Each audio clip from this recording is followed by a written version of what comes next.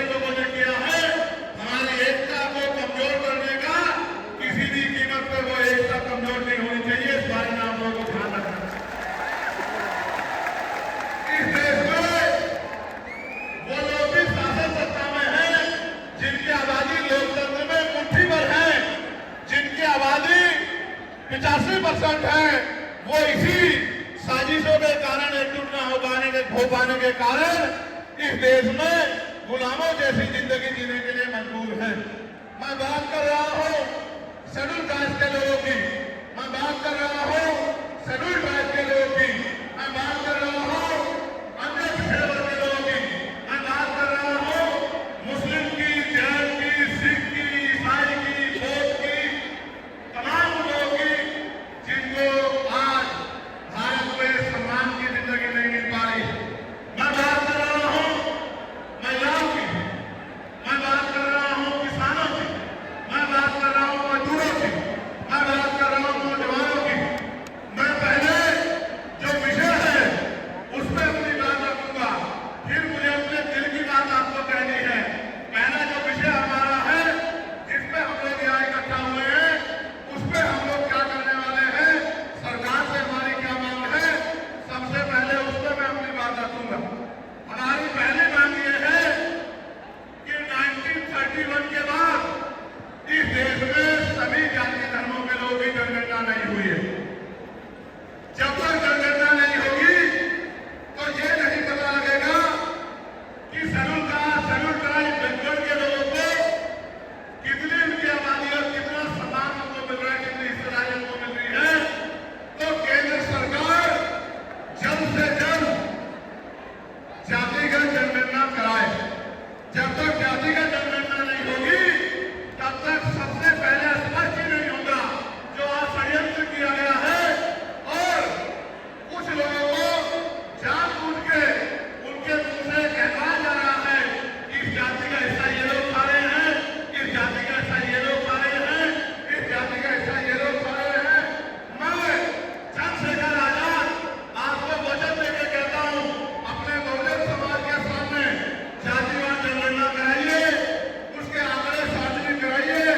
अगर अंतिम पायदान में रहने वाले जिनको जीएसटी के भाई कहा गया है, जो हमारा परिवार है, अगर उनका 1% आरक्षण भी पॉइंट के बराबर भी कमजोर पड़ रहा होगा तो मैं वचन देता हूं कि इससे बड़ी रैली उनके समर्थन में हम लोग करेंगे। मैं फिर आपसे कह रहा हूं, आप याद करो जब से इस देश में आरक्षण व्यवस्था लागू हुई है, इस आरक्षण को खत्म करने के लिए चाहे वो कांग्रेस पार्टी रही हो या भारतीय जनता पार्टी रही हो या और कोई मनवादी चल रहा हो, इन्होंने एड़ी चोटी के जोर लगाए। और आज जिन जातियों को गाली दी जा रही है, ये वही जातियां हैं जिन्होंने अपने बच्चे कुर्बान कर दिए लेकिन अपने अधिकारों की रक्षा की और आज भी देश में आरक्षण बचा हुआ है, नौकरियां बची हुई है, हिस्सेदारी बची हुई है, राजनीतिक व्यवस्था कायम है, लोकतांत्रिक व्यवस्था है। तो धन्यवाद करना चाहिए उन जातियों का जिन्होंने अपने प्राणों का बलिदान दे दिया, लाठी डंडे खाए, गोले लगाई, लेकिन अपने अधिकारों को छीनने नहीं दिया। सब लोगों को उनका धन्यवाद करना चाहिए। लेकिन दुश्मन का ये षड्यंत्र है और दुश्मन बड़ा समझदार है। दुश्मन जानता है कि 2 अप्रैल 2018 के बाद में ये दलित समाज एकजुट हो गया था। जब दलित समाज एकजुट हुआ तो वो ये सोचने लगे कि इनकी एकता को कैसे तोड़ा जाए। आरक्षण को समाप्त करवाने के लिए एड़ी चोटी के जोर लगा दिए और इसका सबसे बड़ा हमला इसमें कब हुआ, जब 10% ईडब्ल्यूएस लागू हुआ। मुझे माफी चाहते हुए कहना है कि हमारे दलों ने भी हाथ उठा के जो हमारे पूर्व के दल थे उनका समर्थन किया, जबकि वो आरक्षण पे सबसे बड़ा हमला था। अगर उसी दिन हम लोगों ने सड़कों पर निकल के अपनी आवाज को उठाया होगा तो किसी की मां ने दूध नहीं पिलाया होगा कि वो दोबारा आरक्षण पे हमला करने के बारे में सोच लेता।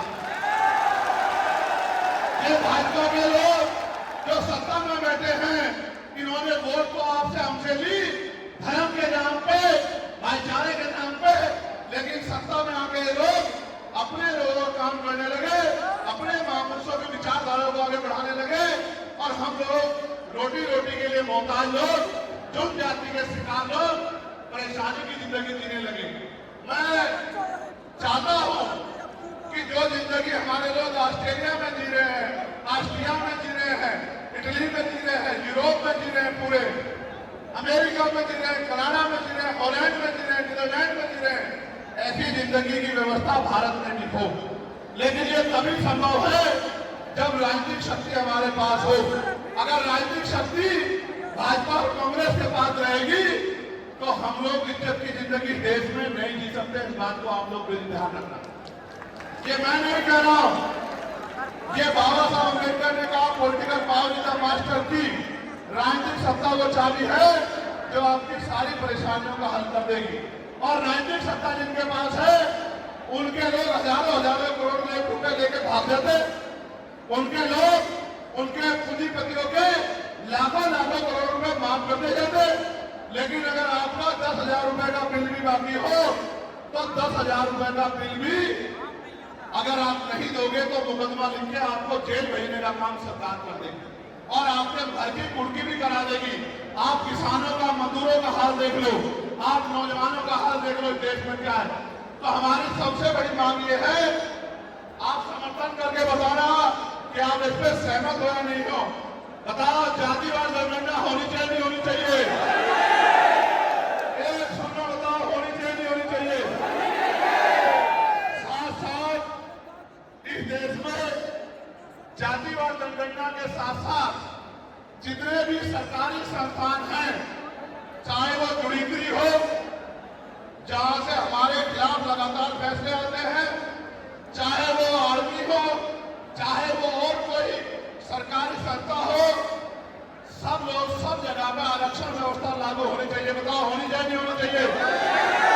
दोनों हाथ उठा के बताओ होनी चाहिए नहीं होनी चाहिए? बहुत अच्छी बात। साथ साथ हमारी ये भी मांग है जो मैंने पार्लियामेंट में भी उठाई कि निजी क्षेत्रों में आप इस बात को समझो गौर करके, इस देश में 2% सरकारी नौकरियां, कितने परसेंट? जोर से बताओ। 98% प्राइवेट सेक्टर है। कुछ ऑर्गेनाइज है, कुछ अनऑर्गेनाइज है। आप ये देखो, 2% में तो बंटवारा है, लेकिन 98% में पुरानी सत्ता वाले लोग और आज की सत्ता वाले लोग सांप की तरह कुंडली मार के बैठे हैं। ना वहां SC/ST के लोगों का कोई प्रतिनिधित्व है, ना OBC के लोगों का है, ना ही मुस्लिम लोगों का है। तो हमारी मांग ये भी है कि अब समय आ गया है कि निजी क्षेत्रों में भी आरक्षण की व्यवस्था होनी चाहिए। होनी चाहिए नहीं होनी चाहिए? बताओ, दोनों हाथ आगे बताओ, जोर से बताओ होनी चाहिए नहीं होनी चाहिए? साथ साथ हमारी ये मांग है कि प्रमोशन में रिजर्वेशन भी इस देश में लागू होना चाहिए। शेड्यूल कास्ट, शेड्यूल ट्राइब और बैकवर्ड के लोगों के लिए प्रमोशन में रिजर्वेशन भी सरकारी संस्थानों में लागू होना चाहिए। लागू होना चाहिए, लागू होना चाहिए? बताओ, जोर से बताओ। हमारी ये भी मांग है कि मंडल कमीशन की बाकी सिफारिशें भी लागू होनी चाहिए, क्योंकि जब तक मंडल कमीशन की बाकी सिफारिशें लागू नहीं होगी तब तक पिछड़े वर्ग के लोगों को बराबर की हिस्सेदारी और सम्मान नहीं मिलेगी। हमारी ये भी मांग है, सरकार कह रही है कि क्रीमी लेयर लागू करना चाहिए और जज साहब भी कह रहे हैं क्रीमी लेयर लागू करना चाहिए। मैंने पार्लियामेंट में पूछा कि भारत में कितने शेड्यूल कास्ट के लोग, शेड्यूल ट्राइब के लोग अरबपति बन गए, इसका डाटा आपको सार्वजनिक करना चाहिए, आर्थिक आंकड़े सार्वजनिक करने चाहिए। तब हमें पता लगेगा कि क्रीमी लेयर की स्थिति में हम आए या नहीं आए। आपको शायद जानकारी नहीं है, मैं आपको बताता हूं, आज भी बहुत सारे पदों को NFS करके, नोट फाउंड सुटेबल करके हमारे योग्य लोगों को नौकरी से निकालने का काम ये सरकारें करती है, क्योंकि कलम की ताकत उनके हाथ में होती है। जिनकी राज सत्ता पे कब्जा होता है, हमारे लोगों का राज सत्ता पे कब्जा नहीं है, इसलिए सारी योजनाएं हमारे खिलाफ बनती हैं। हमारी ये भी मांग है जिस पर मैं गौर कर रहा हूं, सरकार ने कहा, मैं आज इस पर भी बोलूंगा। आज अगर मैं इस पर नहीं बोलूंगा तो हमारे लोगों को पता ही नहीं रहेगा देश में क्या हो रहा।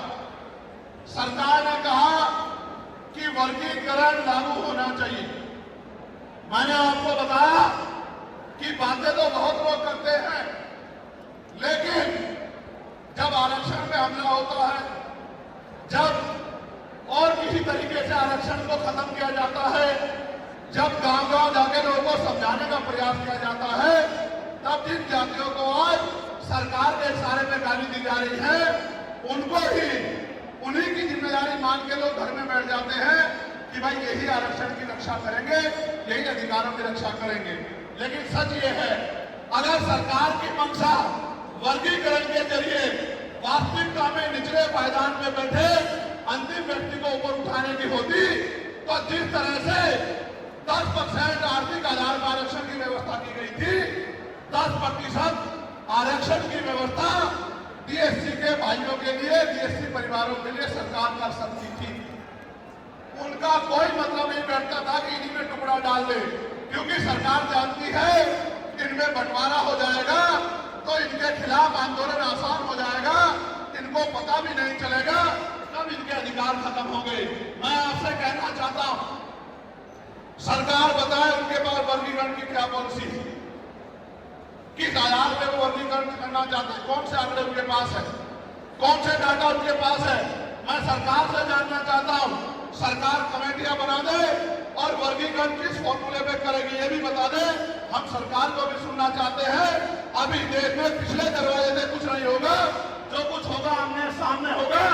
अगर हमारे अधिकारों की बात आएगी तो लड़ाई आमने सामने की जाएगी। सरकार ये भी बताए कि और रोस्टर में बदलाव करेगी, क्या सरकार रोस्टर में बदलाव करेगी, सरकार बताएगी। हमारे लोग तो अभी सही तरह से चीजों को नहीं जानते हैं।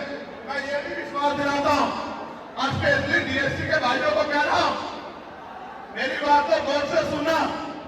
स्पेशली डीएससी के भाइयों को कह रहा हूं, उन जातियों को जो लोग आंदोलन कर रहे हैं, आपको एहसास नहीं है, जब देने की बारी आएगी हम बताएंगे अपने भाइयों को किस तरह से आगे बढ़ाया जाता है, किस तरह से उनकी हिस्सेदारी दी जाती है। अभी तो हमें देने कुछ है ही नहीं। मैं आपको विश्वास दिला कहता हूं, डीएससी के जो हमारे भाई हैं, वाल्मीकि समाज के भाई हो, धानुक समाज के भाई हो, और बागड़ी समाज के भाई हो, और किसी सैसी समाज के भाई हो, मैं चंद्रशेखर आजाद वचन देके कहता हूं बहुजन समाज के सामने, ये हमारी आपसी बातचीत है। आप दुश्मन के इशारों पे काम मत करो, हम लोग बैठ के अपनी लड़ाई को निपटा देंगे। हम लोग अपने आप बैठ के चर्चा करके आपके साथ बैठ के, अगर कहीं हमें कुछ डर भी है, आप चीजों को नहीं समझ पा रहे हैं या हम लोग समझा नहीं पा रहे हैं, अगर आपको अधिकार मिलता है तो बताओ, हमारे किसी व्यक्ति को तकलीफ है क्या बताओ। अगर हमारे डीएससी के भाइयों को अधिकार मिलता बताओ, हाथ उठा के बताओ, तकलीफ है क्या हमें किसी को। ये इतना बड़ा जनसमूह गवाही दे रहा है, अगर डीएससी के भाइयों को कुछ मिलता है तो हमें तकलीफ नहीं है। लेकिन हम इस सरकार की मंशा को जानते हैं, हम इस सरकार को जानते हैं, इनके चरित्र को जानते हैं। ये देना कुछ नहीं चाहती, ये तो इसको अटका के रखना चाहती है। आप ये देख लेना, इन्हीं के कुछ लोग फाइनल सुप्रीम कोर्ट चले जाएंगे। जैसे उदाहरण के तौर पर गौर करो, 69,000 शिक्षक भर्ती में सरकार ने 20,000 पदों पर घोटाला किया। हम लोगों ने आंदोलन किया तो सरकार ने 6,800 नियुक्ति की लिस्ट जारी की, फिर अपने लोगों को हाईकोर्ट भेज के उस पर रोक लगवा दी। फिर हाईकोर्ट में फिर हमारे लोग लड़े तो उन्होंने कहा दोबारा लिस्ट जारी करो, इनको अधिकार मिलना चाहिए। तो वोट लेने के लिए हमारे लोगों के सामने कहा कि भाई मिलना चाहिए, हम समर्थन करते हैं, लेकिन अपने लोगों को सुप्रीम कोर्ट भेज दिया और सुप्रीम कोर्ट में इनके बैठे जजों ने फिर से उस पर रोक लगा दी। इसलिए हमें इनकी नीयत पे शक होता है। मुझे डर ये भी है, अगर ये अधिकार स्टेट गवर्नमेंट को दे दिए गए तो ये कॉन्स्टिट्यूशन का तो बहुत बड़ा वायलेशन होगा ही, 340 का, 341 का, लेकिन एपी का। लेकिन सबसे बड़ा खतरा ये है कि